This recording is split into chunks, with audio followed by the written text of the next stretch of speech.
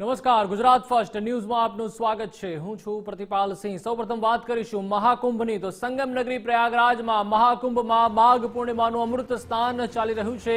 ત્યારે વહેલી સવારે 6 વાગ્યા સુધીમાં 73 લાખ શ્રદ્ધાળુઓએ પવિત્ર સ્નાન કર્યું। આજે 2.5 કરોડથી વધુ શ્રદ્ધાળુઓ સ્નાન કરે તેવો અંદાજ। ત્યારે ગુજરાત સરકારના 3 મંત્રીઓ પરિવાર સાથે પ્રયાગરાજ પહોંચ્યા હતા।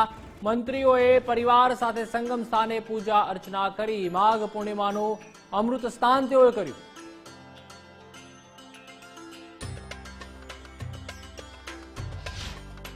મંત્રી બલવંતસિંહજી રાજપૂત આપણી સાથે છે। સાહેબ, ગંગામાં ડૂબકી લગાવી ત્રિવેણી સંગમમાં કેવી ફિલિંગ? આજે માઘ પૂર્ણિમા છે। આવો અદ્ભુત 144 વર્ષ પછી જ્યારે આવો કુંભ મેળો હોય અને એમાં આવા શાહી સ્નાનના દિવસે ખરેખર જે તક મળી, ખૂબ જીવનની અંદર નિરંતર એકદમ શાંતિ અનુભવાય ને એ રીતની ફિલિંગ આવી છે। અહીંયા આપ આવ્યા છો, આટલા બધા લોકો આવે છે, કેવા પ્રકારની વ્યવસ્થાઓ? બહુ સરસ વ્યવસ્થા છે। કોઈ પણ ઠેકાણે મેં નથી જોયું કે સેટ પણ ગળદી હોય, કોઈ પણ ઠેકાણે તકલીફ હોય, કશું જ નહીં। શાંતિથી અહીં આવી અને શાંતિથી માણસ શૂટિંગ પોસ્ટની અંદર આરામથી ડૂબકી લગાવીને આવી જાય છે। ગુજરાત અને દેશની જનતા માટે શું માંગ્યું? ભારત હંમેશા આપણે તો વિશ્વ કલ્યાણની ભાવના સાથે ચાલનારો આપણો દેશ છે। સમગ્ર વિશ્વમાં શાંતિ પ્રવેશે અને તમામ લોકો સુખી સંપન્ન થાય એવી મા ગંગાને પ્રાર્થના કરું છું। તો જે રીતે બલવંતસિંહજી રાજપૂત કહી રહ્યા હતા, સુખ શાંતિ માટે માં ગંગાજીને પ્રાર્થના કરી છે। પ્રવાસન મંત્રી છે ગુજરાતના મુળુભાઈ બેરા સાહેબ આપણી સાથે ઉપસ્થિત છે। સાહેબજી, ગુજરાતથી આવ્યા અને અહીંયા ત્રિવેણી સંગમમાં સ્નાન કર્યું, કેવી અનુભૂતિ અનુભવ? આજે અહીંયા ત્રિવેણી સંગમમાં સ્નાન કરીને અદ્ભુત અનુભૂતિ થઈ। મા ગંગા અને યમુના ત્રિવેણી સંગમ છે, એમાં અહીંયા અમે સ્નાન કર્યું અને જે રીતના એક અલગ પ્રકારની અનુભૂતિ આપણે થાય એ પ્રકારની અનુભૂતિ અમને થઈ અને ખૂબ આનંદ અને ઉત્સાહથી અસંખ્ય જે શ્રદ્ધાળુ છે એ અહીંયા આજે સ્નાન કરી રહ્યા છે। તો ખૂબ એક અલગ પ્રકારની અનુભૂતિ જોવા મળી છે। સાહેબ, એક ખાસ પ્રશ્ન આપને કરવો છે। દેશ અને દુનિયાથી લોકો અહીંયા આવે છે, ઉત્તર પ્રદેશના ટુરિઝમને અને દેશના ટુરિઝમને આનાથી કેટલો ફાયદો? આનાથી દેશ અને ઉત્તર પ્રદેશને ખૂબ મોટો ફાયદો આપણે જોઈએ છીએ કે મહાકુંભ તો અગાઉ પણ થતા હતા, પણ આ વખતે જે રીતના ખાસ કરીને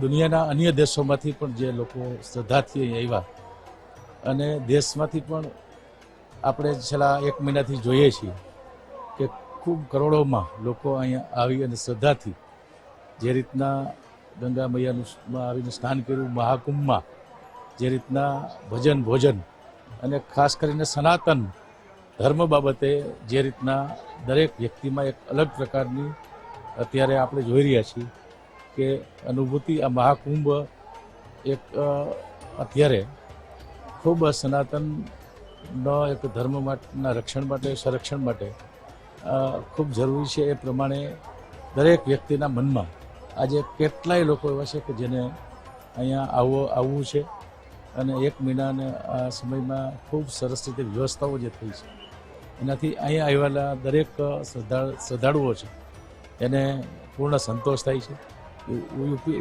યુપી સરકાર, ઉત્તર પ્રદેશની જે યોગીજીની સરકાર છે એને ખૂબ સરસ રીતે વ્યવસ્થાઓ કરી છે અને એના કારણે અહીંયા આવનારા આટલા મોટી સંખ્યામાં શ્રદ્ધાળુ આવે છે, છતાં ખૂબ સારો અનુભવ લઈ અને અહીંથી જાય છે। સ્થાનિક લોકોને ખૂબ રોજગારી મળે એ પ્રકારનું એક ટુરિઝમની દ્રષ્ટિથી વાત કરીએ તો દેશને અને ઉત્તર પ્રદેશ રાજ્યને આ મહાકુંભથી ખૂબ મોટો ફાયદો થવાનો છે। સાહેબ, આપણે ગુજરાત પેવેલિયન અહીંયા બનાવ્યું છે ગુજરાતમાં જે છે ટુરિસ્ટોને આકર્ષવા માટે। કુંભમાં કેવો રિસ્પોન્સ? મને ઘણા બધા લોકો જ્યાં પેવેલિયનની મુલાકાત લીધી એની વાત કરી કે અદ્ભુત રીતે ગુજરાતના જે મુખ્ય પ્રવાસન સ્થળો છે એનું જે પેવેલિયન ત્યાં બનાવવામાં આવ્યું છે। આપણા ત્યાંની જે ગુજરાતની બહેનો છે એ ગુજરાતી ભોજન પણ ત્યાં મળી રહે એ પ્રકારની વ્યવસ્થા કરી છે અને આપણે જે વોલ્વો બસ શરૂ કરી એમાં પણ ગુજરાતીઓ આપણા આવે છે, અન્ય પોતપોતાના વાહનોમાં અન્ય રીતે પણ આવે છે. તો ગુજરાત પેવેલિયનનો ખૂબ બધા એકદમ એના વખાણ કરે છે કે ગુજરાત પેવેલિયનમાં છે આપણા ગુજરાતના તમામ પ્રવાસન સ્થળોની ઝાંખી એમાં પ્રસ્તુત થઈ છે. અને ગુજરાત પ્રવાસનની દૃષ્ટિએ જે અહીંયા પ્રવાસન નિગમે જે પેવેલિયન ઊભું કર્યું છે એ ખૂબ સરસ છે.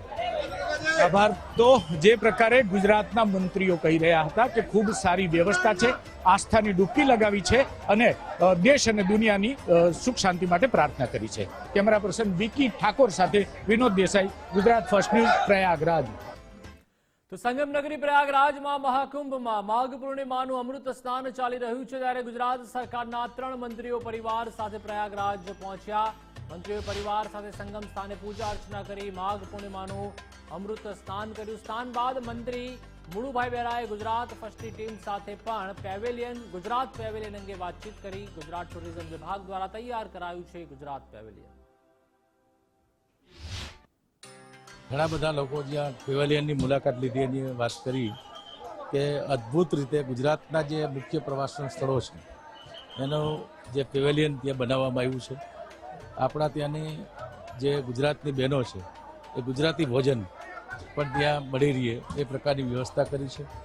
અને આપણે જે વોલ્વો બસ શરૂ કરી એમાં પણ ગુજરાતીઓ આપણા આવે છે, અન્ય પોતપોતાના વાહનોમાં અન્ય રીતે પણ આવે છે. તો ગુજરાત પેવેલિયનનો ખૂબ બધા એકદમ એના વખાણ કરે છે કે ગુજરાત પેવેલિયનમાં છે આપણા ગુજરાતના તમામ પ્રવાસન સ્થળોની ઝાંખી એમાં પ્રસ્તુત થઈ છે. અને ગુજરાત પ્રવાસનની દૃષ્ટિએ જે અહીંયા પ્રવાસન નિગમે જે પેવેલિયન ઊભું કર્યું છે એ ખૂબ સરસ છે.